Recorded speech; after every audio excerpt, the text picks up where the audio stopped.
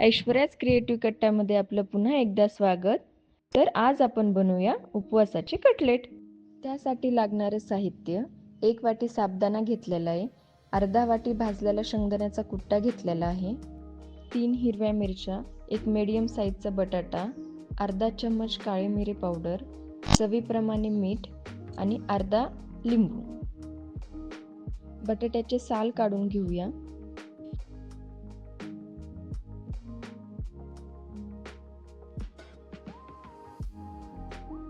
आणि त्यानंतर त्याला बारीक कट करून घेऊया.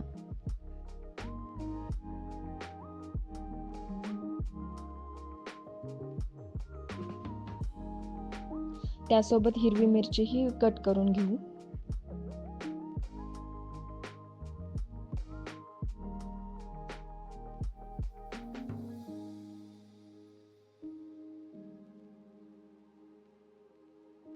आता ह्याला बाजूला ठेवून गरम कढईत आपण साबुदाणा भाजून घेऊया. मंद आचेवर साबुदाणा भाजूया.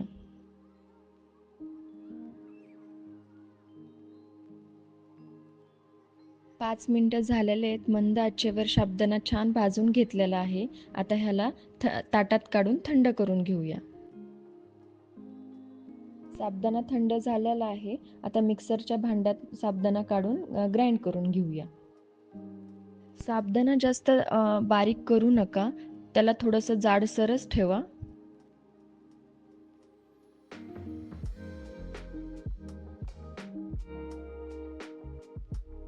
आता त्यात आपण ही बारीक केलेली मिरची व बटाटे टाकून ग्राइंड करून घेऊया.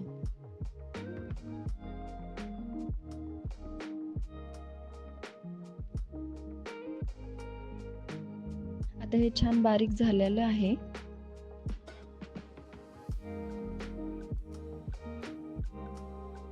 त्याला आता बाउलमध्ये काढून घेऊया.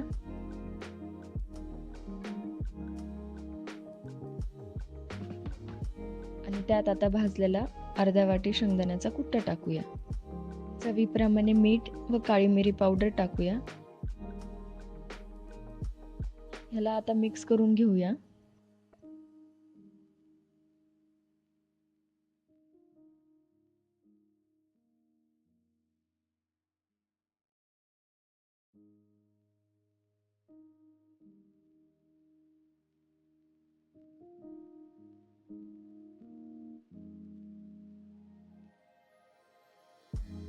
छान मिक्स झालेलं आहे.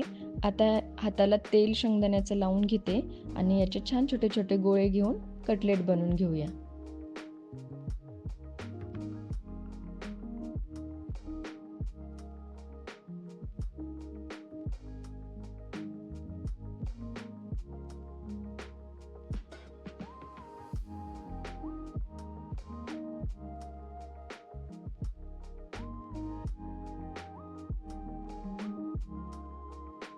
अशाच प्रकारे सर्व कटलेट तयार करून घेऊया.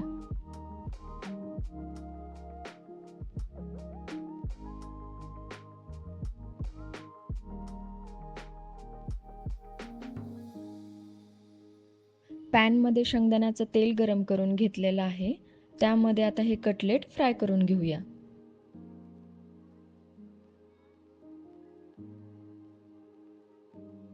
कटलेट छान दोन्ही साईडनं फ्राय करून घेऊया. अशाच माझ्या नवनवीन तुम्हाला रेसिपीज आवडत असतील तर please like, comment, share and subscribe my channel.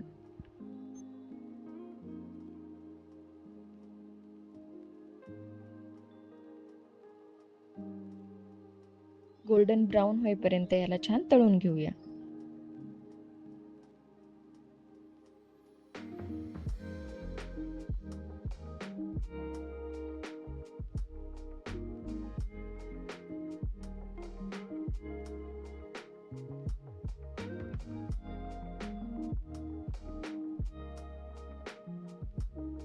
Golden brown cutlet झालेले आहेत. आता हे काढून घेऊया आणि अशाच प्रकारे सर्व कटलेट तळून घेऊया.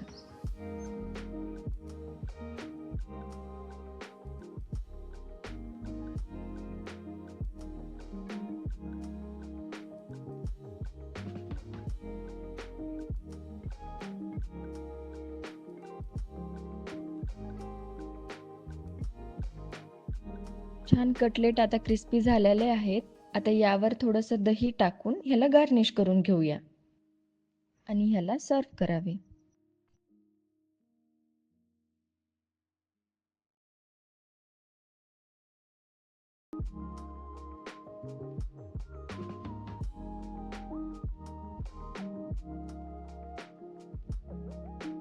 Enjoy!